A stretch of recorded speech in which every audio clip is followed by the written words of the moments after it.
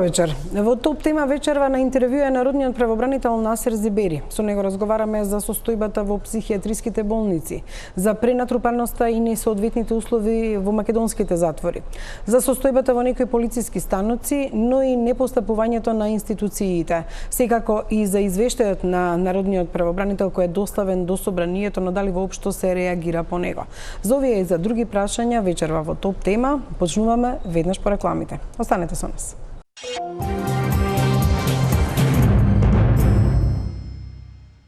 Како што веќе најавив, со нас е народниот правобранител Насер Зибери. Добро вечер, благодарам што сте во студиото на Телма. Добро вечер. Повод за ова интервју е неодамнешниот ваша пресконференција на кој што ги кажавте согледувањата по посетата на затворите и на психијатриските болници генерално во Македонија, каде што излегоа фрапантни податоци. Се уште се наоѓа во кризна состојбата во затворот Идризово, каде што директорот побара помош од владата за да се регулираат состојбите. Кризната состојба заради недостаток на кадар, меѓутоа претходно знаеме се случија и бегства, покопање на тунел и други недоследности.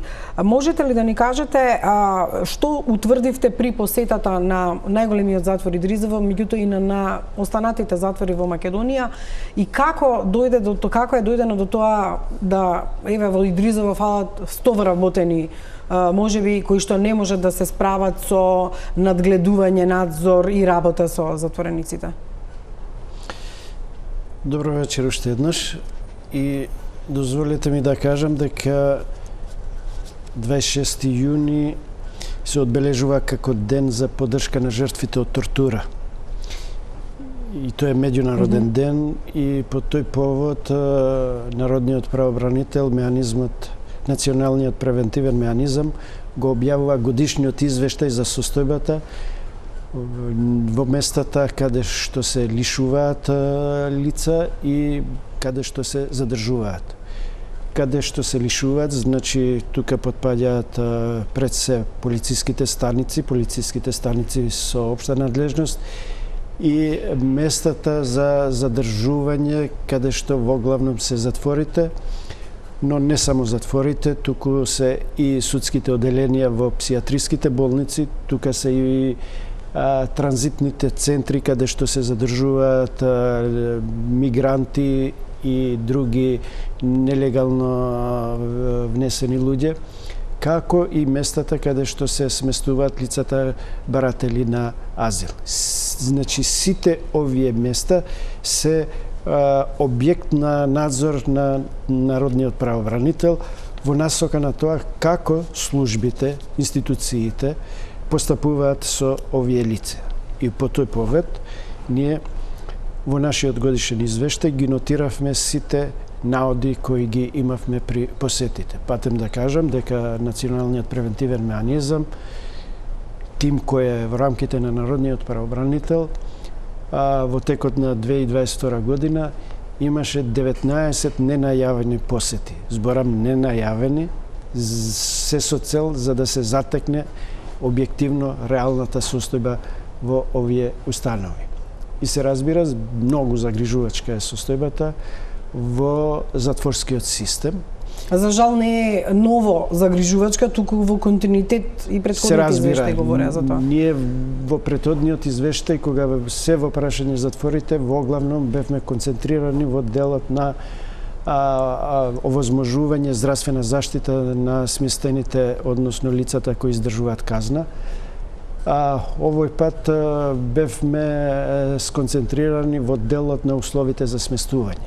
Сега ги гледавте крилата, келиите, условите дали се според европските стандарди? И воглавном наш објектив на надзорот беше затворот Идризово, зашто да сме реални, затворот Идризово ја сместува половина од вкупната затвореничка популација во земјата.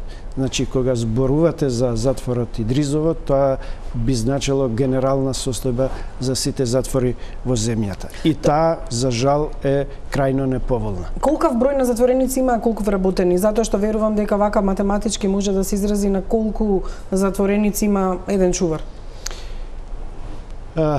Колку затвореници има, располагаме со тој податок, околу 1200 затвореници, а патем да кажам дека нормалниот капацитет на затворот Идризово е за 700 луѓе.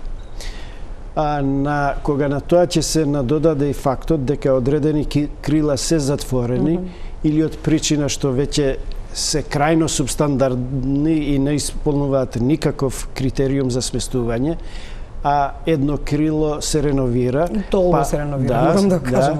И тие затвореници од таму се префрлуваат во другите крила, тогаш состојбата станува навистина алармантна.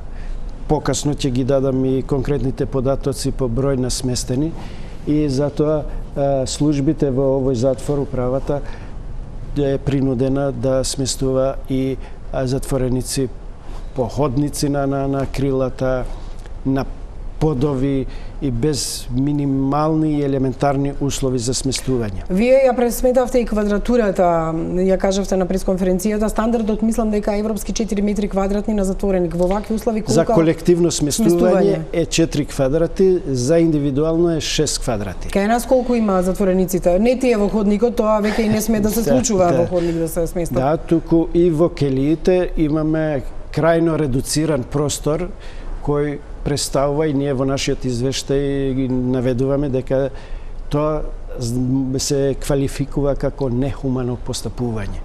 Значи ли тоа дека во една келија, да речеме 20 на квадрати, можеби и помалку се сместени 15 по 15, по 17, и имаме еден пример во едно од крилата, во третото крило, каде што во просторија од 14 квадрати се сместени 15 затвореници.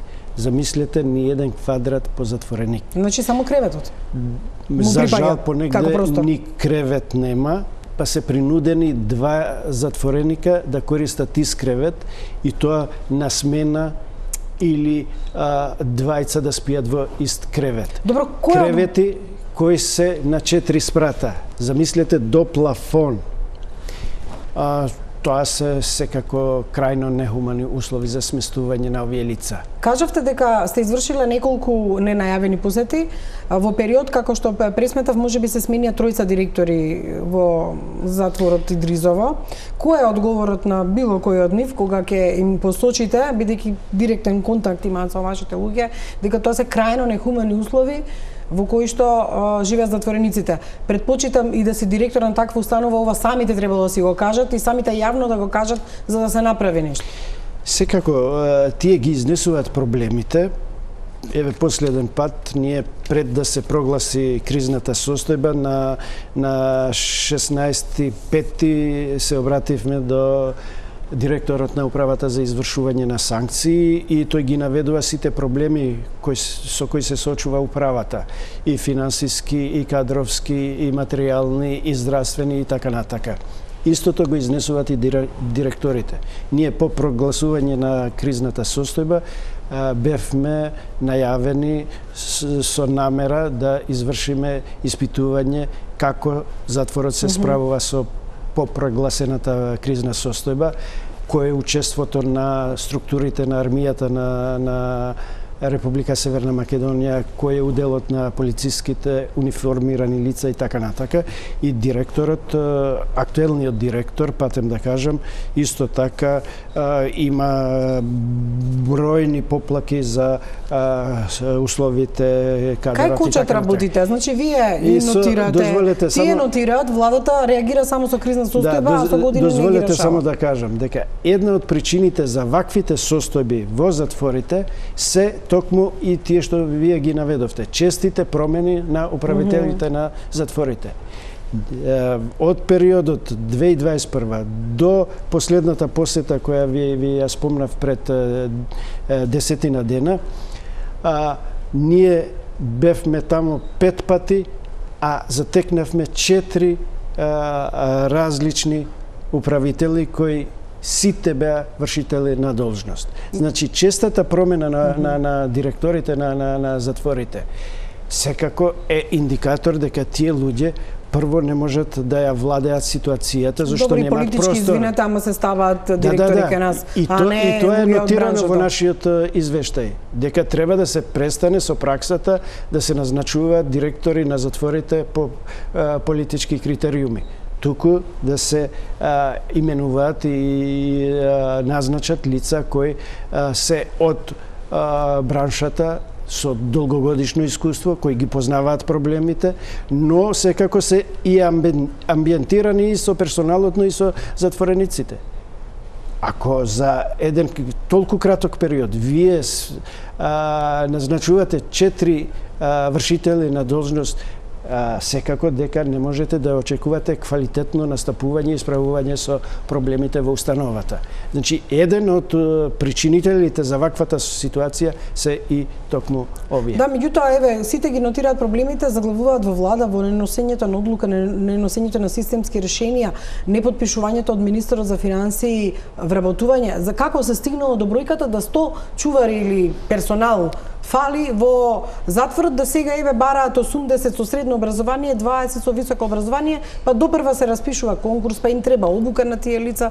Како е можно да се дојде до таа бројка? Кога е во прашање затворот Идризово, потребата од нови вработување е поголема од 100.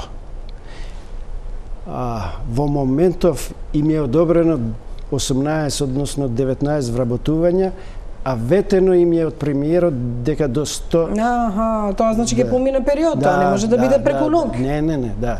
Значи, ветено им е дека до 100 ќе бидат одобрени, а потребите се уште поголеми.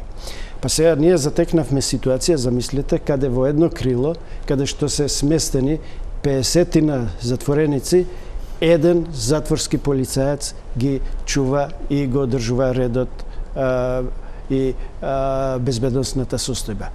Таквиот момент прво представува опасност да настане несакана ситуација меѓу самите затвореници, но во исто време представува опасност и за самиот затворски полицаец, бидејќи тој е крајно незаштитен и ставен во една многу деликатна ситуација пред толкав број на затвореници. Има ли појави на вработување хонорарно во некои од затворите? Затоа што не ми е јасно како е воопшто премостена ситуацијата, да не беше полицијата и војската и кризната состојба, немаше никој да отиде да помогне. Па сигурно имајќи ја во предвид ваквата драматична состојба во затворот Идризово и владата беше принудена да прогласи кризна состојба, а кризната состојба да ја овозможи ангажман на полицијата и армијата. Воспротивно, не можеше да се држи ситуацијата под контрола.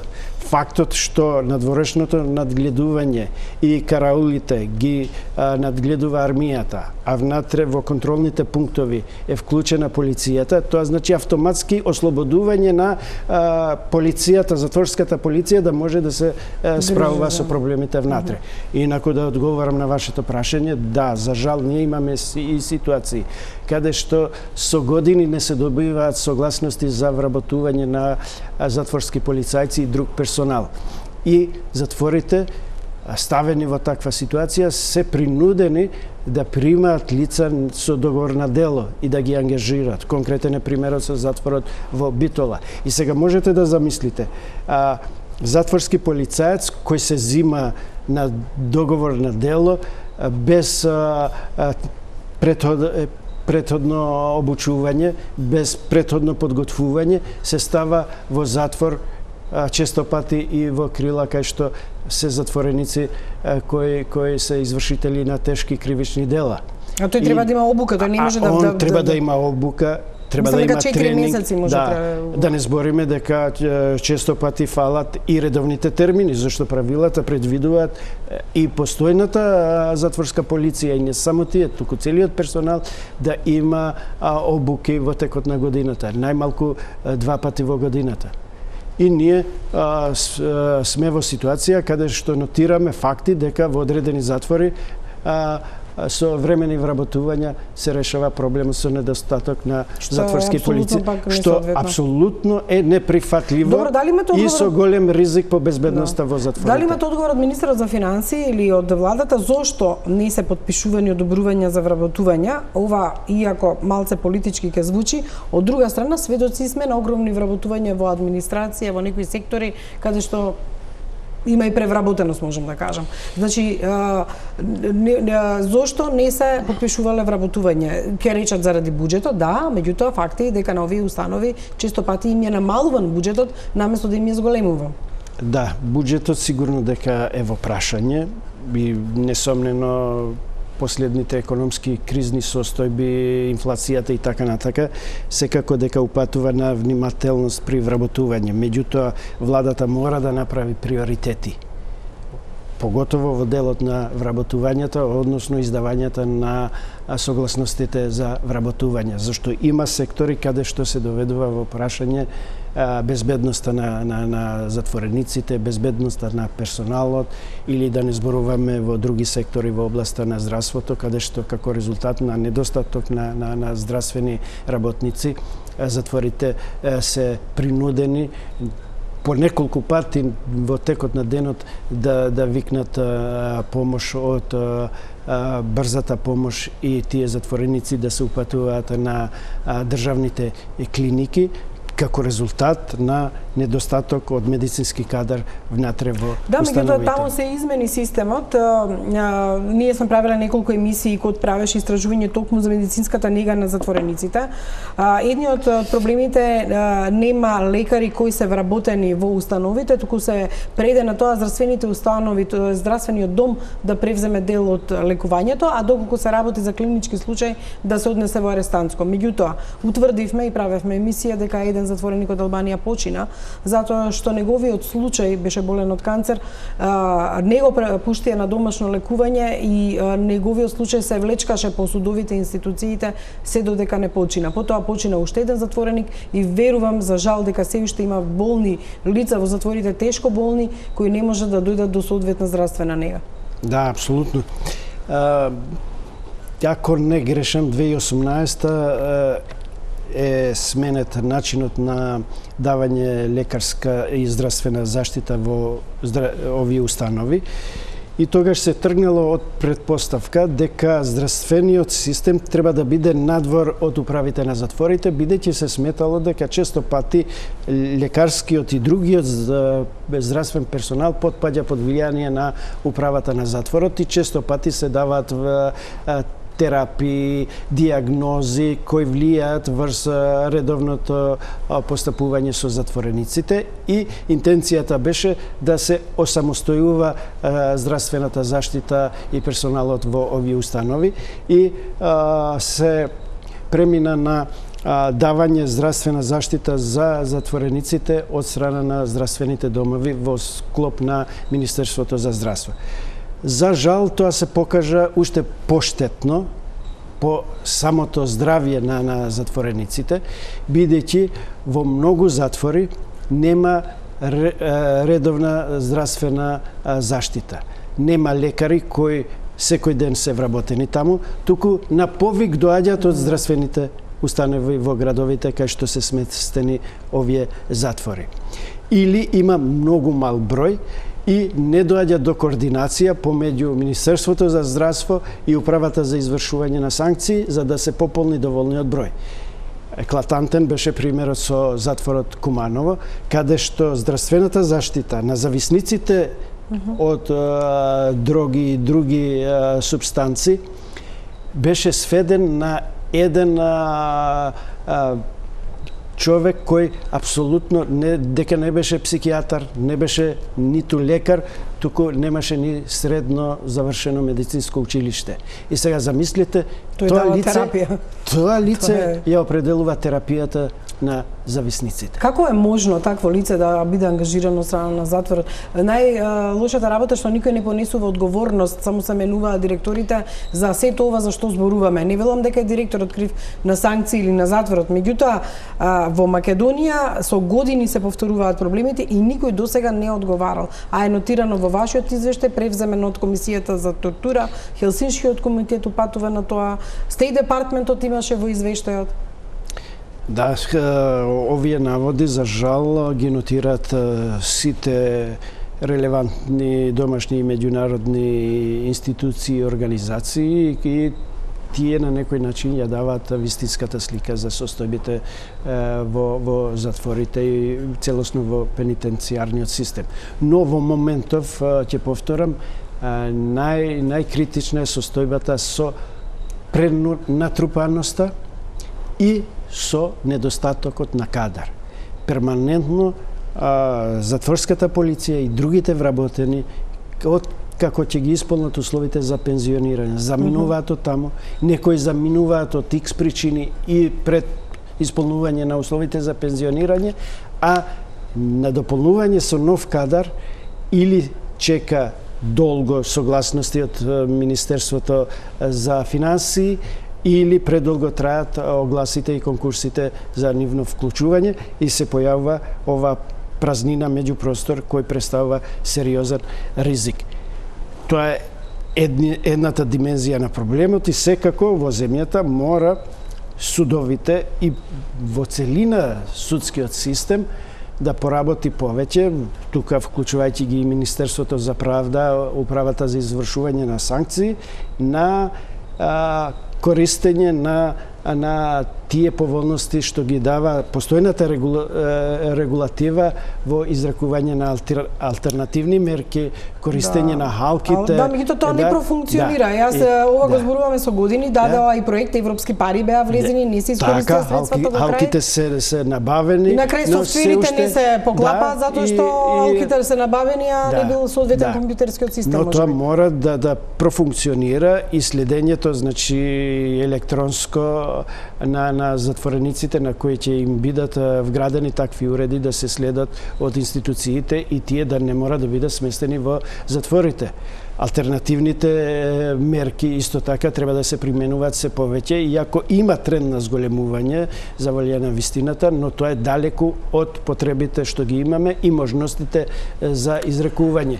И тоа ќе значеше непосредно намалување на притисокот на врз затворите со користење на ваквите. Кај нас алтернативна мирка која ќе се каже, јас знаеме буквално што значи тоа, изборувавме за тоа, меѓутоа за жал разочарувањето е големо кога ќе видиме дека некој управител на затвор како што е затворот во Струга не знал кај е клучот од келијата на затвореник, како некои повластени затвореници добиваат можност да одат и да се преселат додека издржуваат казна во друг град за да добијат поповластени услови во затворите, а ние сега зборувавме за случаи каде што некој е на умирање, како што беше затвореникот од Албанија, не може да добие соодветна затворска нега. Тоа укажува на тоа дека луѓето го прават системот и одговорноста кај оние кои што ова го спроведуваат, дека има поделба дури и во затворскиот систем на повластени и луѓе кои што не можат да обезбедат ниту основни услови за живот. Апсолутно се согласувам дека има и злоупотреби не само на изречените алтернативни мерки. Кога е во прашање затворот Струга, значи тие лица се упатени на издржување касна затвор, но место во Скопје, да речеме, се упатува во затвор во друг град. Меѓутоа, тоа не смее да биде причина системот да не функционира и судовите да се воздржуваат од изрекување на алтернативни мерки. Напротив, кога ќе се утврдат наводи точни дека има злоупотреби и пропусти во системот, треба да се бара одговорност од одговорното лице, а изрекувањето на мерките треба да биде инструмент кој ќе биде користен. Инаку, за случајот што го спомнувате, еве по втор пат со лицето кој почина во затвор, а не му беше одобрено и покрај упорното барање на семејството. Да, и на лекарката морам да кажам од затворот. Препораките на медицинскиот тим да биде пуштен, бидејќи законот тоа го одобрува. не беше направено и како резултат на тоа лицето почина. Сега имаме актуелно еден случај. Затвореник по потекло од Кичево, кој издржува казна затвор во затворот Идризово, е диагностифициран со тешка малигна форма на заболување, кој предпоставувам за жал дека е во некоја терминална фаза веќе.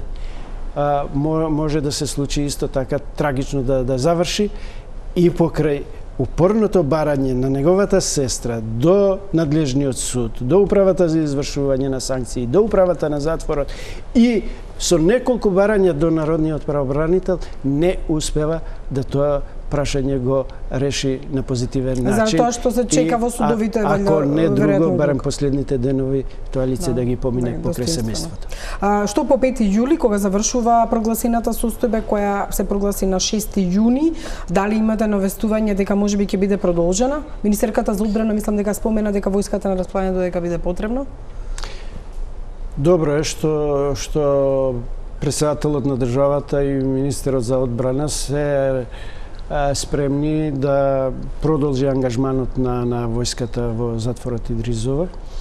Да, ние по прогласување на кризната состојба, која патем, како што кажавте, беше прогласена на 6, на 10 веќе стапи на сила, кризниот штаб беше формиран и е донесен план за справување со кризата. Во тој план се наведени неколку мерки кои треба да се превземат за следење на состојбата и надминување на состојбата.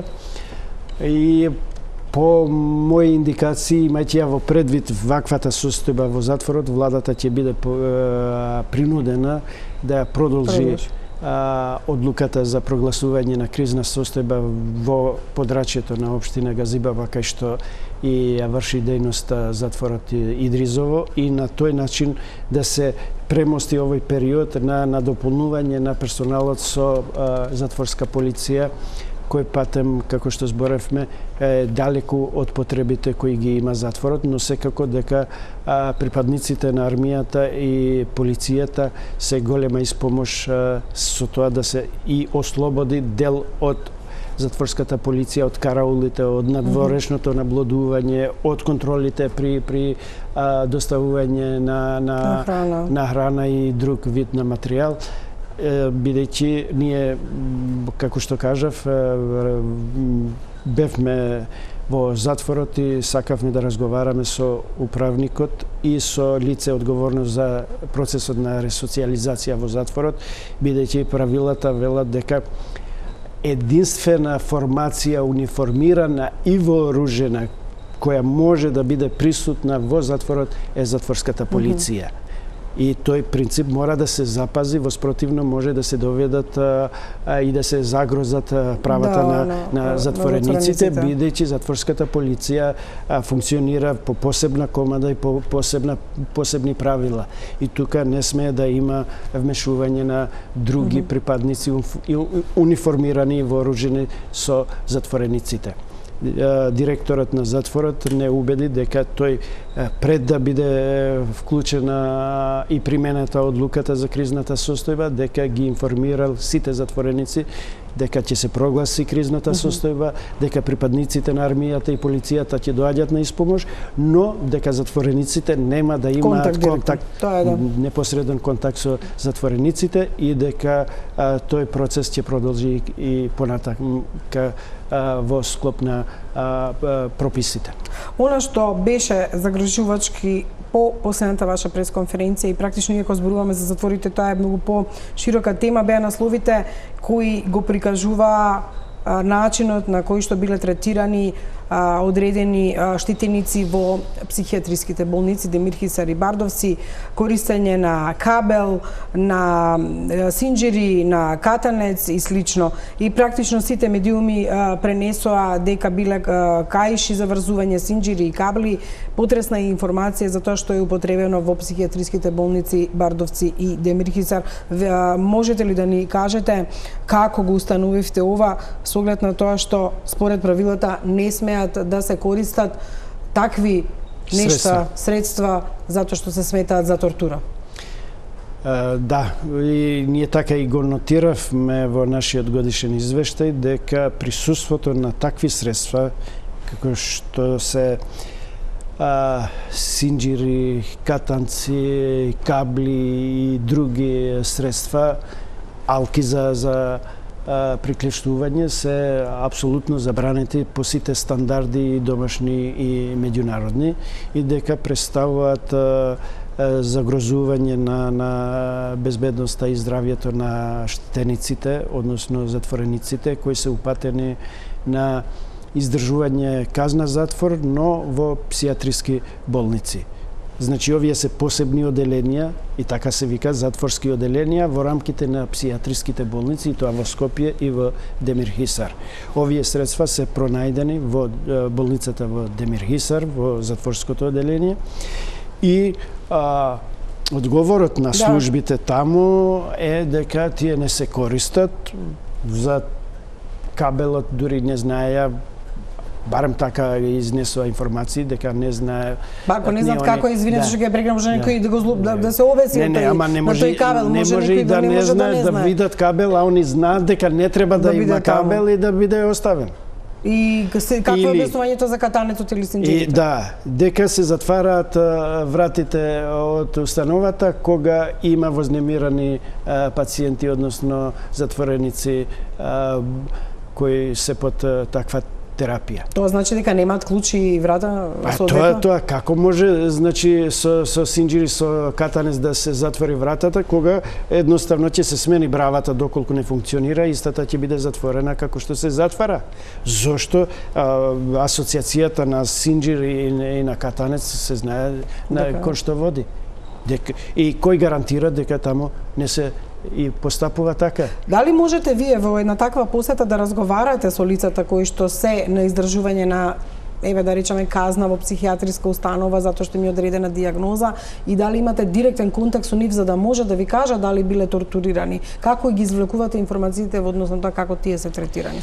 Да, ние применуваме и такви методи на разговор со лицата сместени таму. Најнов е примерот кога низ медиумите прове едно видео каде се тепа еден затвореник во психијатриската болница во Скопје, и тоа не е од едно од повеќе лица. И ние тоа беше во Бардовци, имаме снимката ја прикажувавме. Да, постои тоа. И ние веднаш се упативме таму, разговаравме и со новоназначениот директор, и со персоналот, но и со лицето кое е жртва. Патем неговата мајка и поднесе представка до Народниот правобранител, но ние пред да ја добиеме представката по собствена иницијатива бевме таму. И објаснувањето е дека лицето кое ја нападнала жртвата е лице кое не се контролира, кој е корисник на дроги и други недозволиви средства и кој често пати агресивно настапува и кон самиот персонал. И неретко ни кажа во болницата дека и персоналот е жртва на вакви лица и затоа не се во можност да ги задржуваат во просториите. Често пати им бегаат од болницата и тоа не со денови, туку и со месеци не можат да ги враќаат. И тоа е резултат на фактот што затворската полиција не е присутна во овие установи. Да, но се работи за установа која што апсолутно не е затворски систем, тука е психијатриска болница. Не е затворски, меѓутоа обезбедувањето треба да биде присутно. Така. Толку повеќе што овие лица се непресметливи. Ние сме правеле емисии во кои што сме утврдиле дека сторител на кривично дело убиство од тешка форма, која што е на издржување на казна практично во Бардовци, во Демир Хисар, неколку пати имаше излегувано, имаше нападнато полицајци, имаше пукано, имаше тепано луѓе и никој за тоа не поведе никаква одговорност. Тоа се случуваше неколку пати, а лицето практично е утврдено дека можеби извршило и злоупотреба користејќи ја можноста да ја одлежува затворската казна во Демир Хисар наместо во затвор. И често пати може да се прибегнува и кон злоупотреба при донесувањето на пресудата за ваквите лица. Тоа е едниот проблем, а вториот е што не е тоа во психијатриско оделение во рамките на затворот, тука е во психијатриска болница.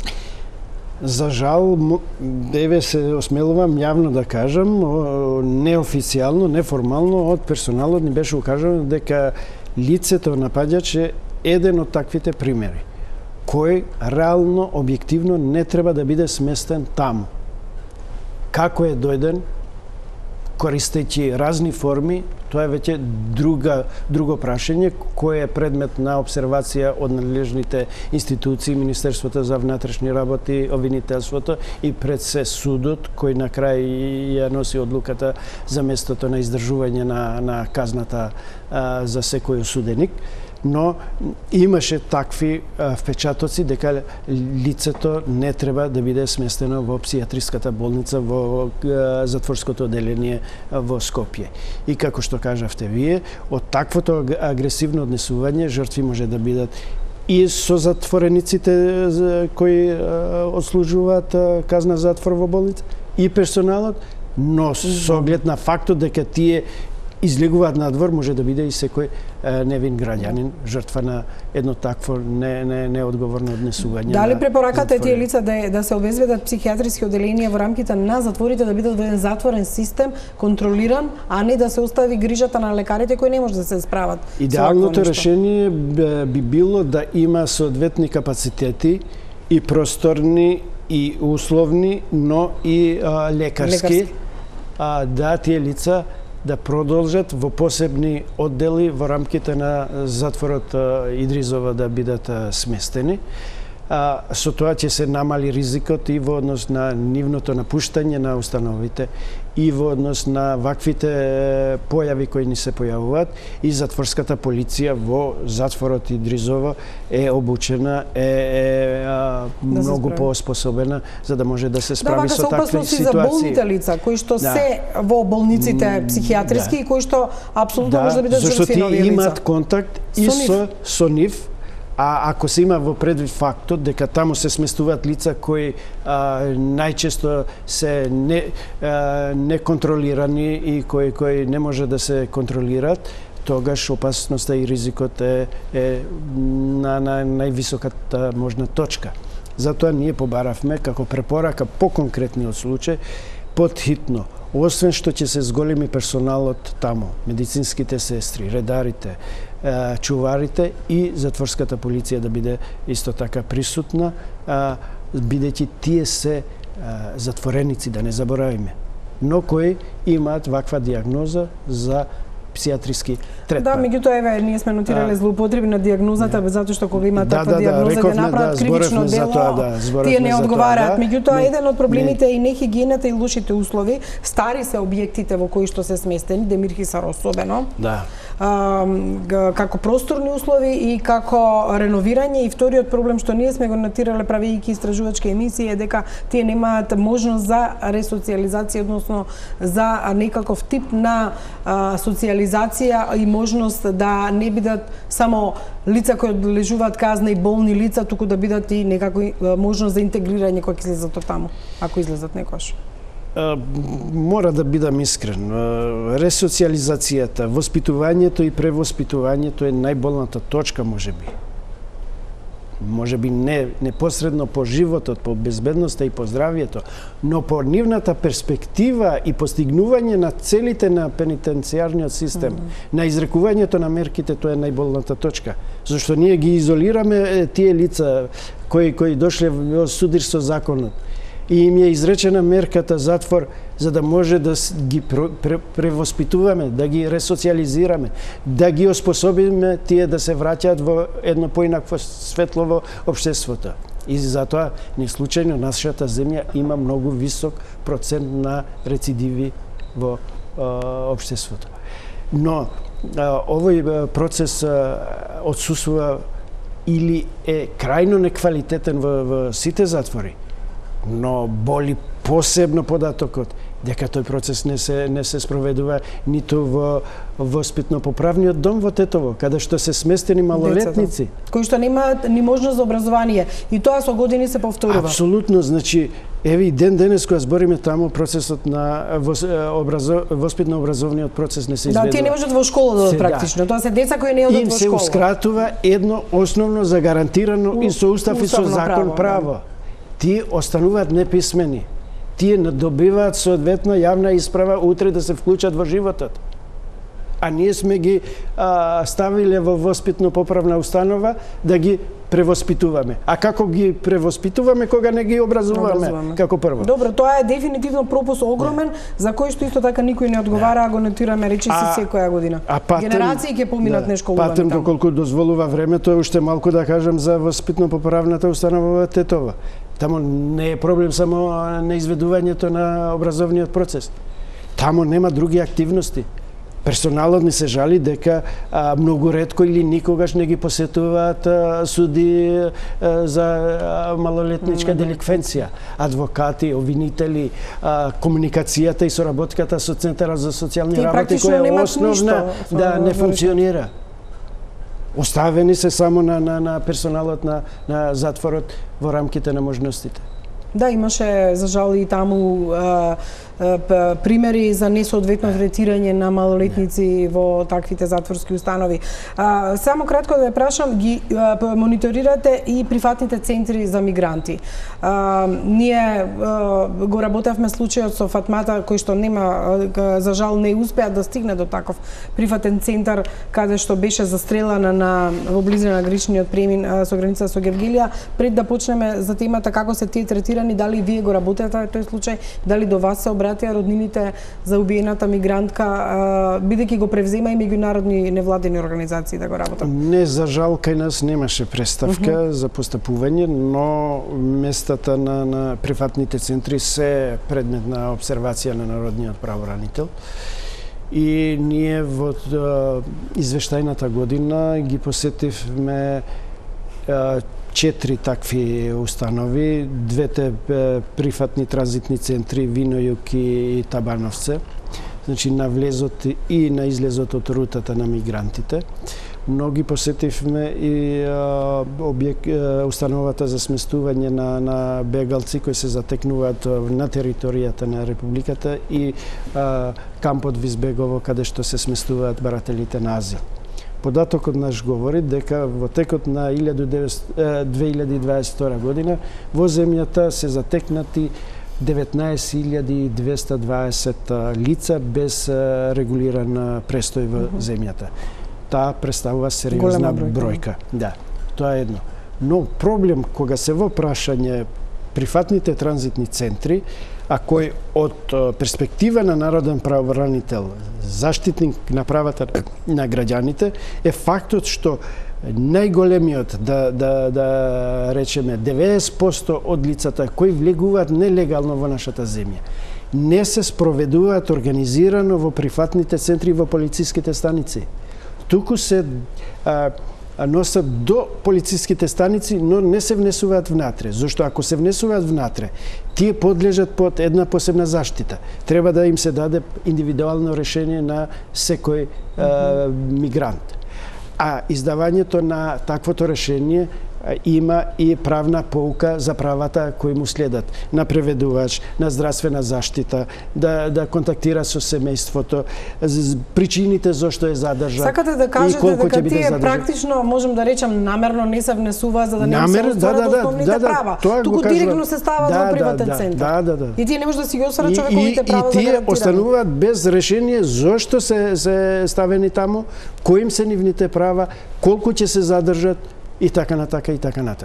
И продолжува, ова е трета година, наша констатација дека не се издаваат индивидуални решенија за секој лице кое ќе биде фатено и сместено во овие транзитни центри. И после одреден период, тие лица се враќаат од земјата од кај што тоа е, значи ние практично тие се како темни бројки, нерегистрирани случаи и луѓе кои што се таму, за жал може да им се случи болест, напад, било што кај што нема да можеме да тврдиме што им се случило. И тоа е едната димензија од проблемот. Втората димензија што и во едниот и во другиот прифатен центар, транзитен, нема правилници за постапување со нив. Нема правилници за постапување на службите. Таму имате здравствена служба, имате полициска служба, имате невладини организации, имате адвокати. Значи, не постои правилник кој на кого одговара и како се постапува. Меѓутоа верувам има меѓународни стандарди според кои треба да се направат тие правилници. УНХЦР укажува на таквите правилници. И стандардно оперативни правила кои важат при постапување со таквите лица. Да сумирам дека нема практично заштита и контрола на лицата кои се во приватните центри кои стигнуваат до таму. И во нашиот извештај е нотирано дека им се повредуваат правата на овие лица со самиот факт што тие не добиваат исправа акт зошто тој е ставен таму. Која е неговата повреда на внатрешниот поредок во нашата земја кога стапнува? Кои се последиците од тоа? Колку ќе биде задржан и како што реков, кои се неговите права во областа на здравствена заштита, правото на бранител, адвокат и контакт со семејството кој треба да знае каде. Го и опфативте и полициските станици со состојбата со полициските станици во однос на тоа дали е вршена тортура во рамките на полициската станица, дали е тоа искоренето или се уште е појава. Мислам дека во извештајот беа нотирани 2 полициски станици и дали се утврдени врз основа на дојава и поплаки до вас? Кога се во прашање полициските станици, во поголемиот дел од полициските станици проблемите се следни. Во тие полициски станици кои се со општа надлежност, најчесто не се користи посебна просторија за разговор на претпоставениот полициската станица со лицето кое е приведено. Зошто е тоа проблем? Тоа е проблем бидејќи таквата посебна просторија при влезот мора да има упатство за постапување и тој да го види и да биде запознаен кои се неговите права и кои се надлежностите на тој што го колку може да биде задржан и како треба да го испитува. Правото на адвокат. Така. Треба да има видео и аудио надзор за да може да се контролира. Ненајавено народниот правобранител ќе оди и ќе ги бара снимките. Дали при распитот понекогаш е примената сила. Дали воопшто наоѓате снимки? Дали воопшто ги снимаат? Ви велам, најчесто овие разговори се водат во канцелариите на сменоводителите, а не во овие простории. Или има просторија, ама велата нема видеонадзор. И сето тоа дава простор и сомнеш кај народниот правобранител и не само кај народниот правобранител, дека не се постапува според прописите.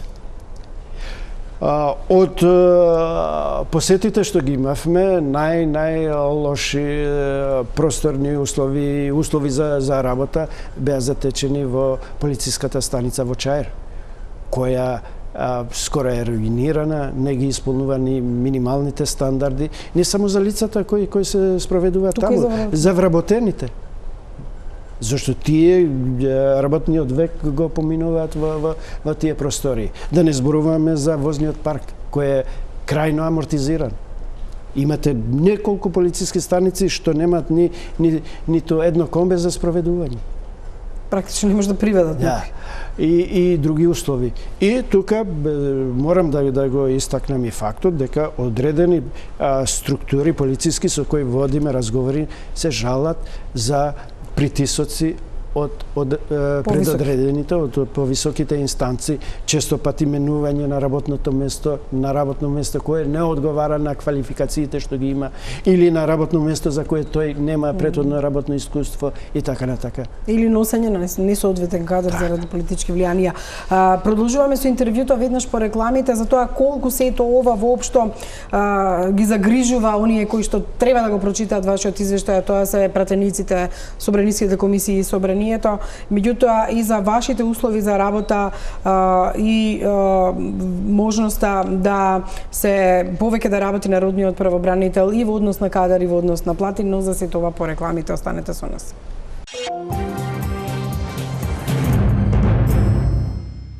Господин Зибери, собранието е тоа што ги разгледува извештаите, во март чином ги доставувате, а според измените на законот во 2016 година собранието ги доставува до владата и владата треба потоа повратно да реферира како постапила.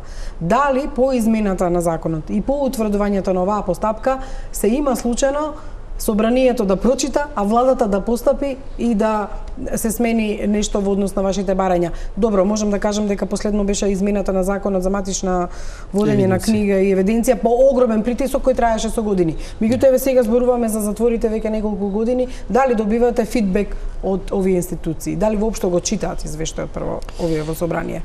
Најпрво дозволете ми да кажам дека ние сме парламентарен омбудсман.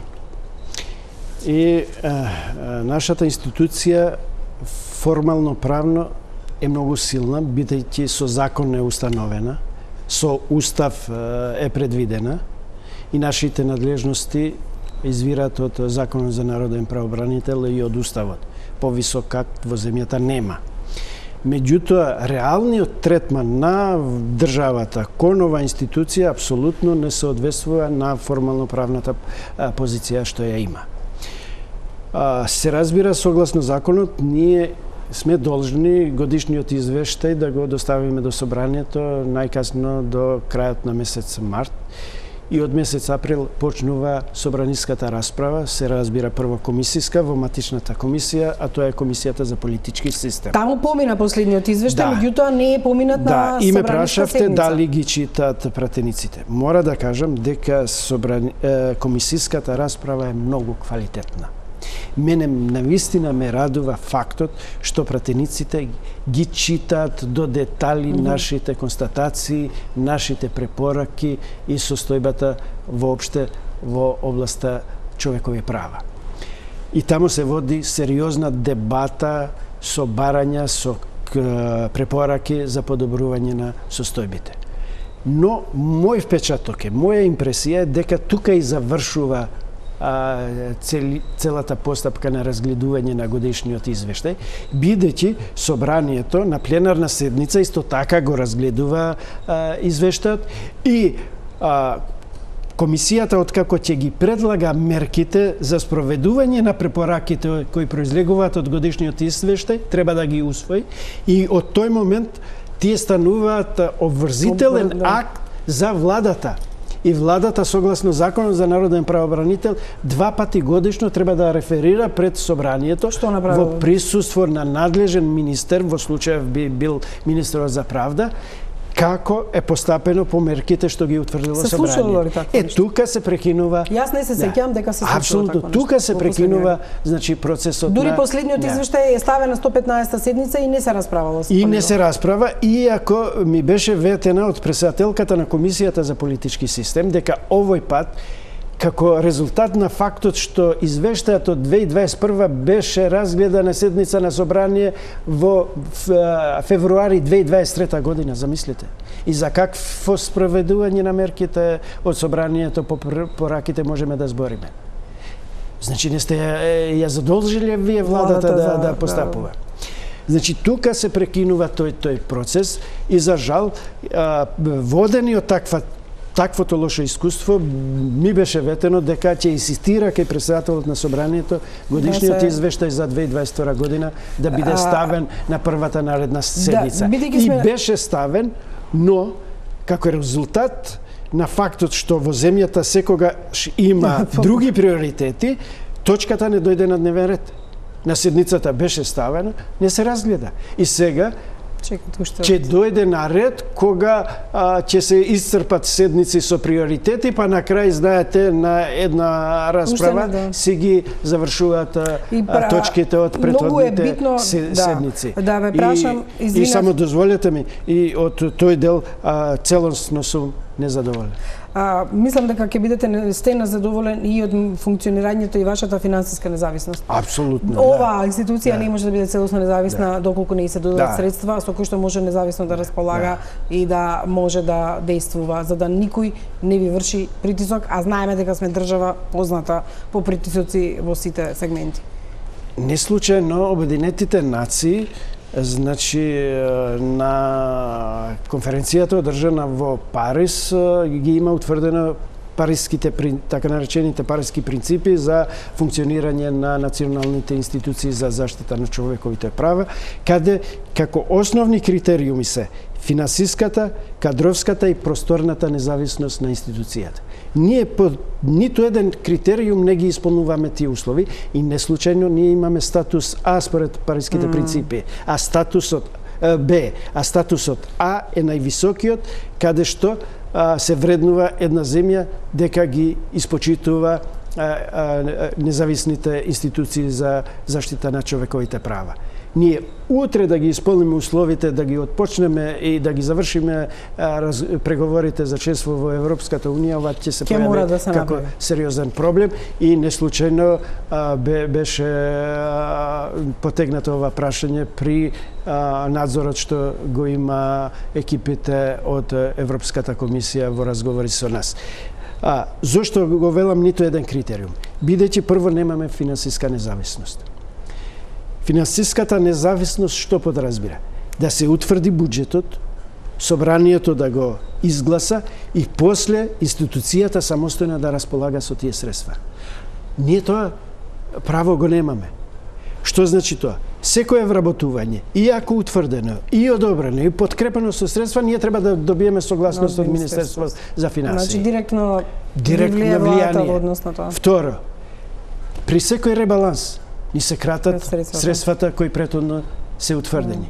Вие можете да замислите за овој тим за кој зборевме вечерва цело време и наодите од посетите. Има на сметка, бидејќи има посебна сметка во рамките на сметка буџетската на Народниот правобранител, има само 200.000 денари. 200.000 денари со тие средства треба да се отпечати, преведе годишниот извештај. Ама треба и да се патува, треба да се посетат, треба додатоци на плата. Тоа сакам да кажам. Ние не можеме да ги покриеме трошоците за објавување на годишниот извештај кој не е обврска, а не за патување, а не за дневници, а не за ангажман на експерти кои во одредени области имаме потреба да ги ангажираме. Јас знам дека овие се горливи прашања, меѓутоа жал дадовме повеќе предност на состојбите од извештајот. Ви благодарам што вечерва бевте гостин во топ тема и овдека нема да застанеме заедно со вас, секако дека и понатаму ќе ги истражуваме сите овие случаи. Да, навистина ми е жал што не можевме да се осврнеме на иницијативите кои ги дадавме ние претходно за санирање на состојбите во област на извршувањето, извршителите со измените на законот за облигациони односи, за регулаторната комисија за енергетика и водни услуги и така натака. Многу прашања кои се актуелни и кои барат. Работата на правобранителот е навистина убавна и во повеќе сектори, од комунални проблеми, тоа со институции општински на граѓаните, па се до ова што го разговаравме. Ви благодарам што бевте вечерва гостин. Благодарам што бевте и вие со топ тема. Останете на програмите на Телма. Имате пријатна вечер.